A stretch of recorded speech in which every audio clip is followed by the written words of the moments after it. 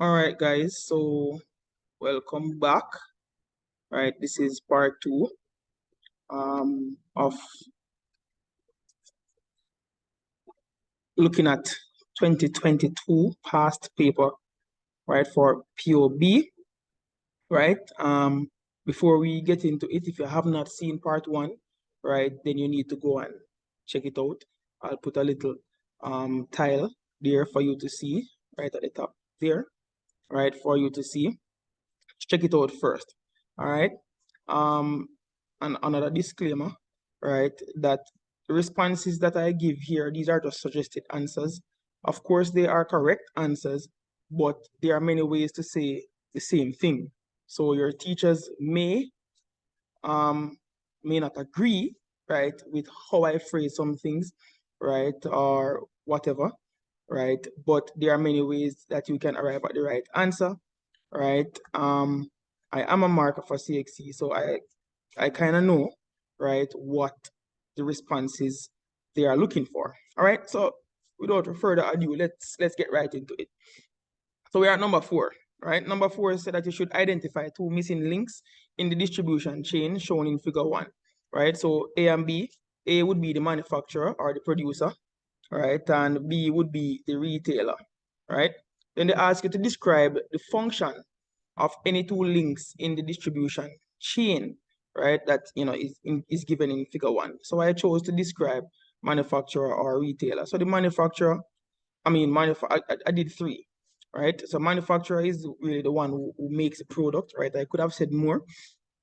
The wholesaler, they store product, they sell in bulk, they offer credit services, and they are middlemen, right? I could have also spoke more, but it's just 4 marks, so you don't need to write a bunch of things.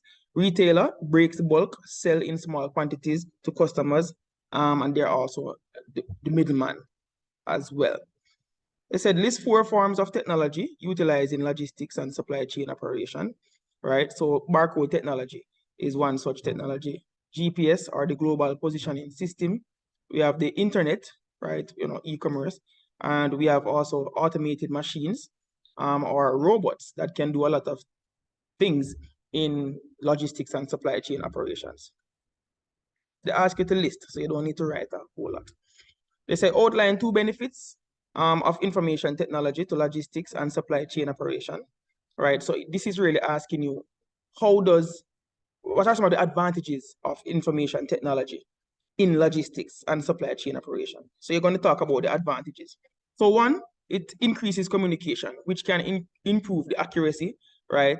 And even the efficiency, right, of delivery times. Next one, information technology can lead to what? Improve customer service, right? And number 2 can lead from number 1, all right? So Alex is in the business of importing exotic food items for several local restaurants and hotels on the island. They said that we should identify 2 problems that he may likely encounter when obtaining foods from his various distributors around the world. Obviously, spoilage, right? You're transporting exotic food items, you could have spoilage, right? And also, the items could be sent to the wrong destination. And this is a common problem in distribution and logistics, all right? So it's for each problem identified, outline 1 measure that you could implement to reduce or to prevent its occurrence. So for spoilage, right, what you can do, you can avoid it by selecting the most appropriate transportation medium, right? That faster transportation medium, right, would prevent spoilage rather than slower ones. So if you have these exotic foods, it may not be best to ship it, you just air freight it, right? And number 2, in order to prevent goods being delivered to the wrong destination, Alex can invest in modern ICT systems, such as GPS and barcodes, right? Can strengthen the communication, right, at all levels, right? At all levels of logistics, strengthen the communication. That way, you would prevent, you reduce the risk of items being misdirected. Then we move to number 5, which is the last question. It says, define the term unemployment. Now, unemployment is a situation where a person is without a paid job, but they are available for work, all right? So you have to state that, you have to ensure that you say that, right? Because, persons who are not a part of the labor supply, right? You know, if they're not available to work, then we cannot say that they're unemployed, right? They say list 3 different types of unemployment. So we have the seasonal unemployment, the frictional unemployment, we have structural unemployment. Seasonal unemployment is a situation like, you know, things happen in seasons. You mostly find this in like hotels, right? Where, you know, hotels operate on seasons. So when there's a downtime, right, then, you know, they lay off person. So, you know, you're kind of unemployed for that time. And you have frictional unemployment, which is probably one of the most common ones, right? You know, you're fired from a job or you leave a job, right? But before you get another job. So you are in between jobs, they would say. Then you have structural unemployment, which is also similar to seasonal unemployment. It is when the demand for a certain product goes down, and so manufacturing for that product will be reduced, and so they have to lay off people. All right. There are also other types of unemployment that you can go ahead and read up on. So outline one way in which a government can assist in reducing unemployment in its country. So they can invest in the manufacturing sector. Now, if they invest in the manufacturing sector, what that does is it creates employment, right? They can solicit. The word solicit simply means to get, right? So you can get or try to find foreign investors by lowering the cost of doing business in the country. Investors are seeking lower costs. So you can lower costs by reducing taxes, giving tax holidays, stuff like that. Lowering the cost will encourage people. You can even reduce interest rates, right? And that will stimulate people to want to borrow more and stuff like that, right? So state 3 reasons why Caribbean nationals migrate to countries outside of the region. And this is a simple question. As you can see, it's just 3 marks. So people migrate for what? Better job opportunities, to be closer to family, and for educational reasons.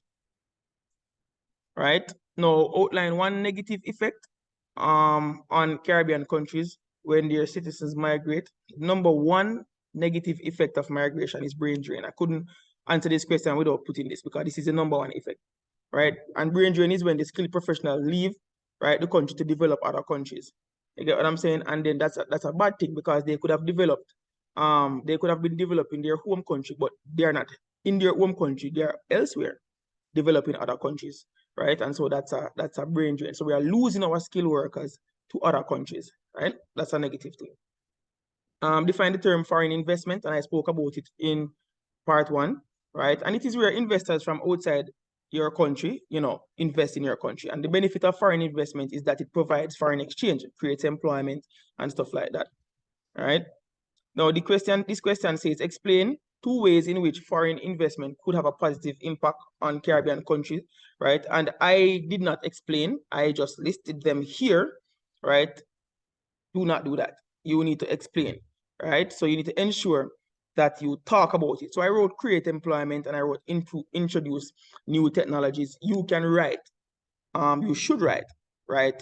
You know, how is it that foreign investment will create employment? So for example, somebody from outside your country invest in your country, like they build a hotel, right? That will create jobs for a lot of people, right? And in creating jobs, what you're doing is raising national income and increasing the standard of living of the people who now get employment. And that can have a spill-off effect, right? Where it can help to improve economic growth, which can lead to economic development, right? So you can explain it just like that. Number 2, it introduced new technologies. A lot of times when these foreign investors come into the country to invest, they bring their expertise, so people can learn from their expertise, right? And they also bring their technologies with them, right? And so it helps to develop our processes, right? And number 3 is connected to number 1, which is, it talks about contributing to economic growth and development. So any one of these, any 2 of these you can use, and you just speak about it. All right. And that's the end of it. So 2022 paper, you know, in my estimation, you know, was a fairly simple paper. if you ask me what's the difficulty level of 2022, I would say out of 10, 10 being the most difficult and 1 being easy, right? I would say 2022 paper in terms of difficulty level would be maybe at 6, right? And the reason for me saying that is because they did not ask a lot of higher order questions like discuss, evaluate, and all of those type of questions. So pretty much you can pick up marks all over, right? So I'll see you guys in the next one. Please let me know if you want me to do other reviews, all right? And I'll try to facilitate you as best as possible. Please like this video, subscribe, and share with your friends, all right? See you in the next one. Wow, good.